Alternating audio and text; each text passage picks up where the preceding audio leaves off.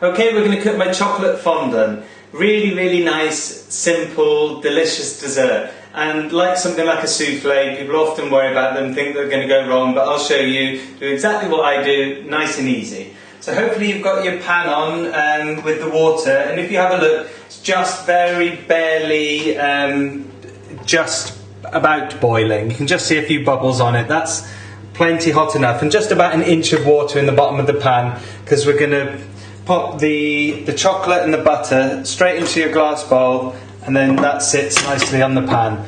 The main thing to consider here is just that the water doesn't touch the bottom of the bowl, so there's plenty of room there, and that the water doesn't start bubbling, because then the chocolate will split and the dessert won't work. So we can leave that on there, just melting away absolutely perfectly, and we'll turn the hob on just for the small pan, just to melt a little knob of butter.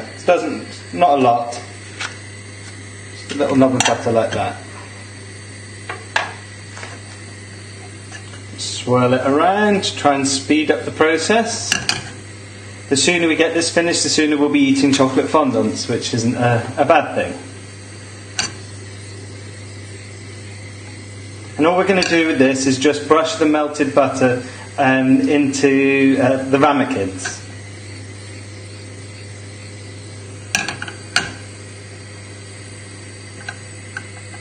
Shouldn't take too long.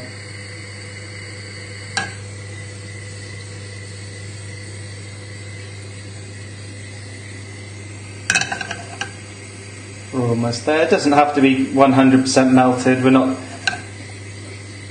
that bothered about it. There we go. So take this over to your work surface with your ramekins. And all you need to do with this is just, with a little pastry brush, just generously brush the bottom of it, and then around the sides, just in an upward motion, just like this. Doesn't have to be too fancy, just up around the sides. And then the same on the other one. So a nice amount on the bottom, and then just up around the sides. Just using upward strokes. And this will just help the fondant come out nicely once it's cooked. So you just want to pop these in the fridge.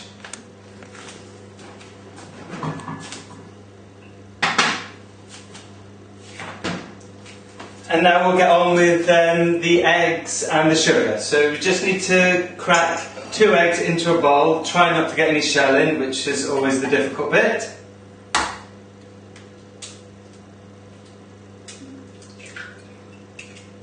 Well, that's so far so good. And the other one. Oh, no shell. Just hands a little wipe. And then just pour in your sugar. I'm using an electric whisk, or if you want to use a hand whisk, you can do that as well. And just whisk them together.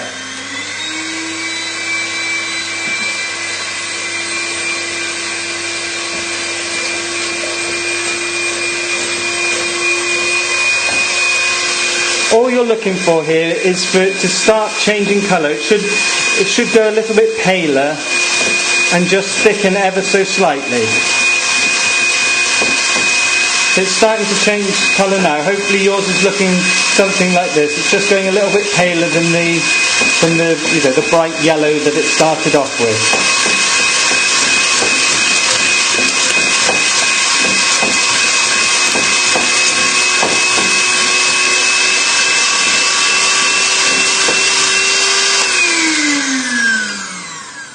There we go, hopefully yours is looking like this. See how it's changed, and it's a lot paler now. That just means that the sugar's nicely incorporated into it.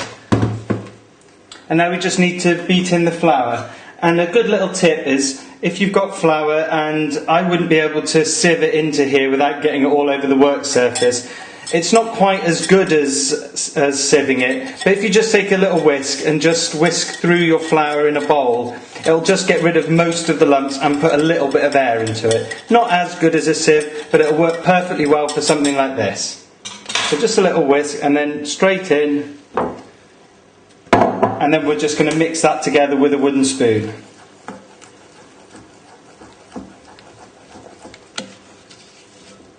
So it'll probably look like a loose cake batter at this stage. Just scraping down the sides, just making sure that you're getting everything mixed in nicely.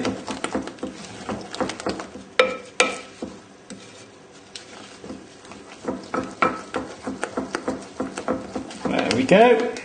So hopefully yours is looking something like this, just a nice thick mixture. And we can go and check our chocolate and butter on the hob. So that's all melting down absolutely fantastically. We can take that off now and we'll just give it a little stir together, and then that'll all come together nicely.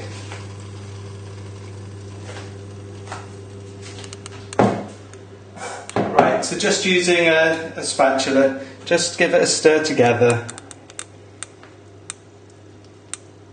And if there's any bits in it that are still a little bit unmelted, the heat of the bowl and the chocolate should just finish that off. And what you should be left with is a really nice glossy, it should just look like glossy paint, really high glossy mixture. And just stirring it gently just to get rid of the final few lumps. And if it's gone grainy, that's when you know that it's separated. So nice and shiny like this, and that's perfect. And we can just leave that to cool slightly and get the ramekins out of the fridge.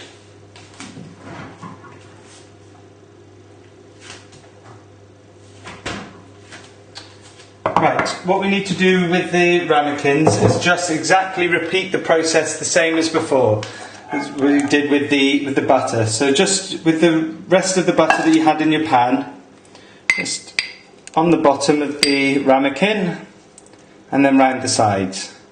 Should be able to do this nice and quickly like you've been making them for ages by now. There we go.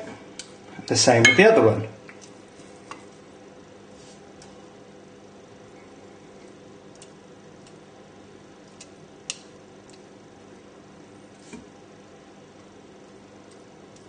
There we go. Now take your cocoa powder and we just take a good heat teaspoon of it and pop it into one of the ramekins. And what we're going to do is just shake the ramekin around just to coat the sides and the bottom. Like this.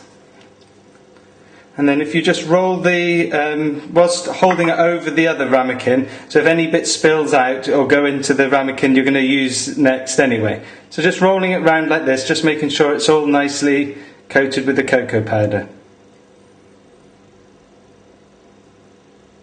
And then just pour any excess into the next ramekin and give it a tap just to get rid of any big chunks that are stuck on the sides or on the bottom. And you should be left with a ramekin coated with cocoa powder. And then just do the same with the other one. You may need to add a little bit more, you may not. And you can do this over the tin of cocoa powder now, because you can put the remains back in the tin.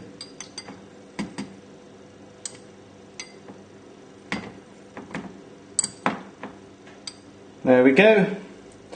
Just a little bit missing at the bottom there, so I'm just going to drop a little bit more in and give it a little shake around, just trying to make sure that it's all coated, and then get rid of the excess again back into the tin. So you should have two ramekins that look like this. Alright, so you can set those to the side and we're ready to finish off making the mix. Finished with the butter now. So just take your egg and sugar mixture and your chocolate, and we're going to put the chocolate into the egg mixture just in thirds. So rough thirds, don't need to obviously measure anything out. So just a nice little dollop to start off with, and then with your wooden spoon just mix that in, and instantly that just looks fantastic. You can see the chocolate marbling through it. So mix it in, and then we're just going to repeat this process, adding more chocolate and more chocolate. There we go. And then another load.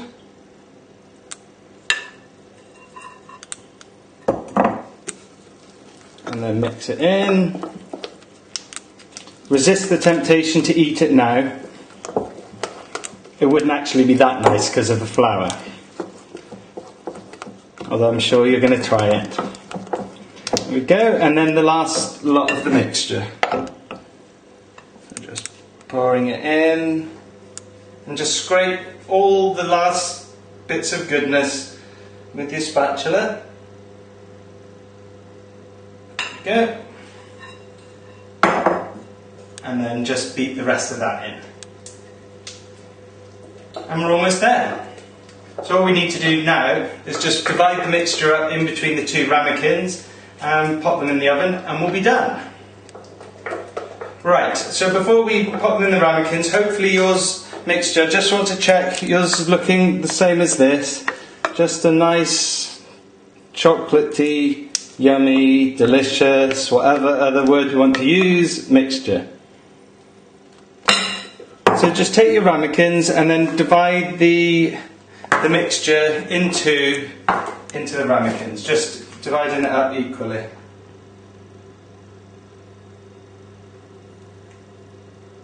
Okay.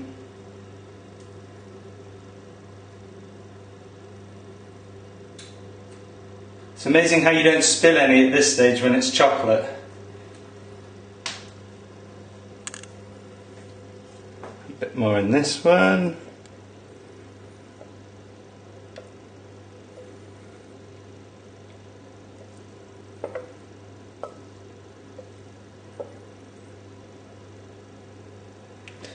And then the rest in this one. Hopefully you're a little bit better than me at dividing them up.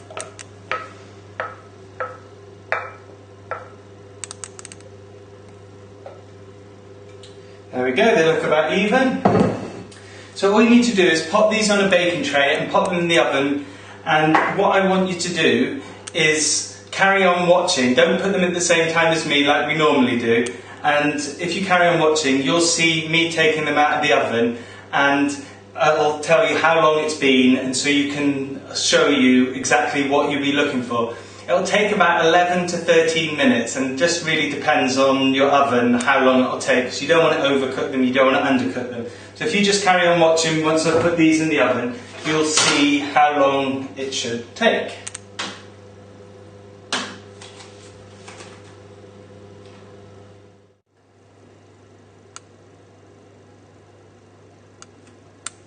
Okay, mine's been in the oven now for 13 minutes, and this is just what I wanted to show you. See how it's just starting to come away from around the edges, and then it's set on top, but without going, it's not hard and cracking on top. That's the point that you know that it's done. It took me 13 minutes, but I checked after 11 and after 12. So if you pop yours in the oven now, that's what I suggest that you do. Right, and we'll plate this up. So all we need to do is that we need to try and pick these up without burning yourself. And then just with a knife, just ease around the edges, just making sure that it's going to come away nicely when we turn it out. Here we go. Oh, a little bit hot. Now, just pop the plate on top. Oh. And then over it goes. Right. The moment of truth. Ta-da! There we go. So that's perfect, and I hope you enjoy it.